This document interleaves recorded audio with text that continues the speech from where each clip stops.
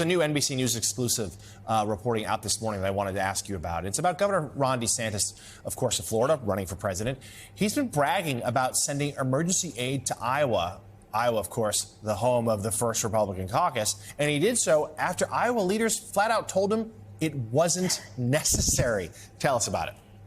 Sure, yeah. So June 5th, DeSantis tweeted he got some nice press attention in Iowa, which is obviously something you want if you are running for president, that he was sending Florida personnel to go help with this apartment building that collapsed in Davenport, Iowa. And they were doing sort of a search and rescue mission for survivors and victims.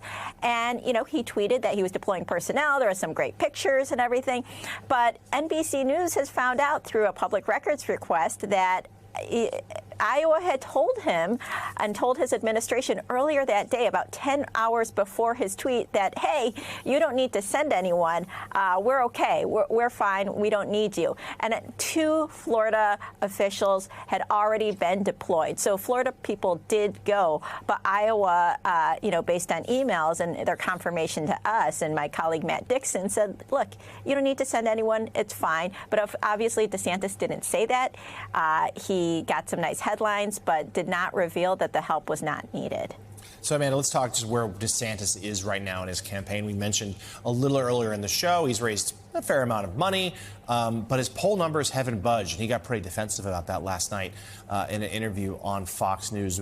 What's your assessment here, speaking to Republicans, as to whether they think DeSantis has a chance to reverse the momentum? Or do they think that one of the other candidates may step up and be sort of the top Trump alternative? Right. Money.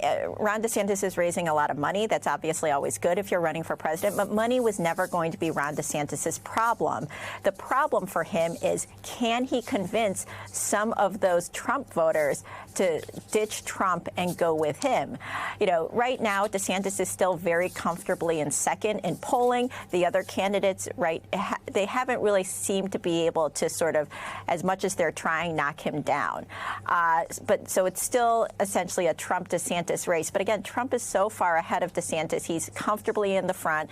Trump is going after DeSantis quite a bit. And so, you know, DeSantis still has to figure out what to do to sort of knock Trump off that place. And it seems like what he's doing quite a bit is running to his right on issues like immigration, crime, and COVID.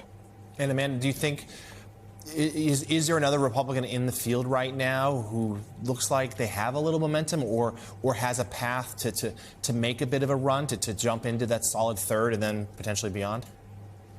I think that is still an open question. I think there are a lot of candidates who are trying, and we'll see. You know, DeSantis said he's ready to debate, and we'll see if the other candidates, how they perform against him on the debate stage.